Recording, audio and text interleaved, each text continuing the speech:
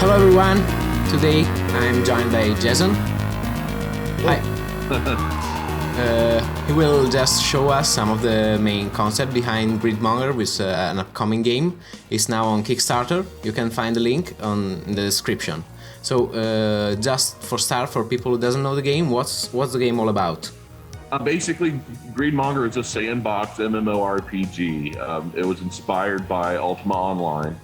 That was my first experience in massively multiplayer online games, and so it's been over a decade since anything like that's come out, and so we just kind of figured it was time to put something out there since nobody else would, and so I put together a team that everybody's working together for the same goal, and we're basically just trying to create a game where the players control their own destiny. You build the world. We have player-owned land and non-instanced housing, PvP, PvE, pretty much everything you'd come to expect from an MMO. But we're kind of going back old school a bit. We're going back to where the magic was first created and what really made MMOs fun, instead of the theme park, honestly what I consider crap of today, this mass manufactured stuff that's just kind of created to make a quick buck. I mean, we're kind of taking it, going back old school a bit. Sure. So I've seen in the FAQ that you have like a crafting system, and most of the stuff is made by the users. So all the items will be made by just gathering items, just parts inside the world from killing mobs. Yes, I mean everything in Greedmonger, not most, everything will be crafted by our players. So every finished item in the game will be crafted from materials that are found throughout the world. So you're not going to find a finished sword. You're not going to find a sword or an armor set or an armor piece or something like that off of a pig you killed. Yeah, sure. So it's not like all the MMOs game like now, like you kill 1,000 pigs and you get swords, so you have to grind thousands of mobs. No. Just all day to find some good stuff. Exactly. No, we're not doing that. I mean, this game isn't about the quick fix. This game is about, really working towards your goals and having the power to create what you want. I mean, when we're using a pig as a reference. I mean, when you kill a pig, any number of things can drop from that pig, from bones to fat to all kinds of different things, and those materials, those parts are going to be usable to craft or cook or to do something useful with. And so that's the direction we're going. Okay, so speaking of the business model, I've seen that you have like a free-to-play and together with some paid to get parts of the land. Yeah. Can you explain? Basically, a new player will be able to log in and set up an account and play the game and do pretty much everything outside of owning his own land. So you'll be able to run through, you'll be able to do quests and adventure and get involved with player versus player and craft and do all of those things. But the revenue model, the way that we're going to basically keep the candles lit, so to speak, is through the real estate system, which is going to allow players to purchase one parcel of land, up to 4 parcels of land for $20 each. Okay, those parcels of land you're going to be able to build a house, a shop, run a farm, do all kinds of different things that are going to help you generate money in the game. And then if a time comes when you decide you want to move on to something else, you'll be able to actually sell your entire estate. Estate being your land, the house, whatever's in the house, your rares, everything, on the auction system for real money. And then we'll take 15% of that to transfer the rights of everything over to another player. So let's say I set up my house, my shop, then I go gather stuff, and maybe I make items, and then I can sell the items in game with real money, like they did in Diablo 3? No, it's not quite like that. I mean, basically the idea of it is the items and things that you craft in the game, you're ultimately basically you're only going to be able to sell your entire state. It's kind of an all or nothing thing. You can like sell your account actually. Yeah, basically, because this game it's not going to be as easy as a lot of games. There's going to be a lot of time invested. And it's a way for players to basically get a return on that investment. You might buy a parcel of land on the Kickstarter campaign today, and it might be worth $200, in a month or two. It's all going to be based off of supply and demand. We're only going to launch the game with 3,000 parcels. So once those are gone, that's it. So at that point, if there's 10,000 people that want to play the game, then ultimately they're going to have to purchase a parcel of land from somebody that already owns it. At which point, the property values are going to increase. You're not going to create a sword in the game and then sell that for real money through our system. The real estate auction system is only going to be for people who are leaving the game, and the only individual item you will be able to sell is an empty parcel of land. That's it. So it's not going to be like Diablo, where you could just make stuff, find stuff, and sell individually to make real money. It's basically an all or nothing kind of thing. It's a way to reward players for their time invested in the community. Yeah, sure.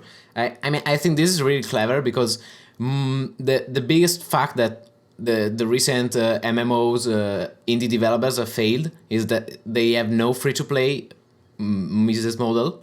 So many players just say, because you have to convince the player that the game is actually good before they buy it. Right.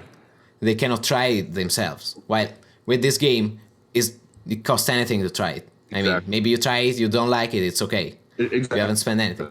And I don't personally care for all those microtransaction shops that games are coming out with today. That's why we're doing it through real estate, because it's an innovative way. It's something nobody's really done before, and it's ultimately a way that everybody can enjoy the game. And if you really want to play it and get into the hardcore elements of it, then you'll be able to do that. And so that's, it's just something different that I think works well for everybody. Sure. And so stuff like enhancing items, enchantments, stuff like that, all by crafting something similar. Absolutely. So you have on the launch day, you have no NPC apart from the mobs. No. What's going to happen is on day one, when the game launches, it's going to be just empty land nature. So as players come together and start building community, there's going to be a difference between a building a player owns and a community building. A community building is something that you might expect when you go into another MMO that already has cities built everywhere and NPCs everywhere. We're calling those community buildings. Those are buildings that if you want them, the community has to get together, work together, and build them themselves. Nobody's going to own those, but somebody may get credit for being the founder of that building. So they also have to be built. Also, the community building has to be built. Oh, absolutely. Basically what's going to happen is as you're building these community buildings, then NPCs are going to be able to NPCs will spawn in those properties and start, giving you quests and allowing you to do other things. Oh, so will you add dungeons later on, or they are on day launch or something like that? So when you explore, what can you find in the game actually? When you day one or a month from launch? Both. Okay. On day one, you're just going to find trees, rocks, monsters, and wildlife, animals, and things like that. You'll find monster encampment and things like that scattered throughout the world. So there will be things to kill. There's going to be a lot of PvE. But as far as civilization, the civilization will come when you build a place for them to be. So, a month after launch, you'll start seeing towns and cities take shape, and you'll start finding, cities popping up on the world map and things like that. So the world will take form as the population of the game works together to build that civilization. Okay, so I've also seen that you will have special areas where there are really good drops from the mobs, but there's also PvP enabled. Right. There are going to be specific climates within the game world that are going to be open PvP, full loot, and then those areas will have resources and things available that you're not going to find anywhere. Every climate in the game is going to have its own kind of set of crafting, resources, different things that you can expect to find in that kind of climate, okay, which is all kind of weather relevant. So, if you might find a lot of wood, a lot of plants and things like that in the grasslands climate, but then you might go into a desert climate and what you're going to find are things relevant to that kind of that kind of climate. I mean, what the kind of weather or the kind of circumstances you're going to find there. In a PvP area, it's going to be the same thing. It's going to be the same as any other climate, but there's going to be a lot more competition in those areas because people are going to be killing each other to get to certain resources and things once they're found. Sure, I just think it's a great idea, all the game, for a refreshing idea of the old school, and I think you will have success personally.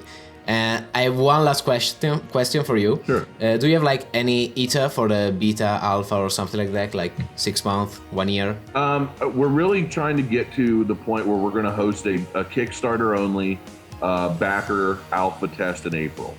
So that's going to give us some time to really fine tune the systems, kind of get everything ready to the point where we can start allowing some of the Kickstarter backers in to start giving us feedback.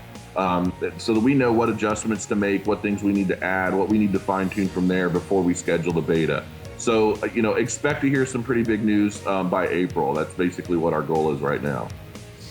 Okay, so thank you for joining me. I will just hear your news and see if in April we have some more things to show and maybe contact you again. Sure, absolutely. For now, thank you. And you can find the link to the Kickstarter on the description of the video. And see you next time. Thank you very much.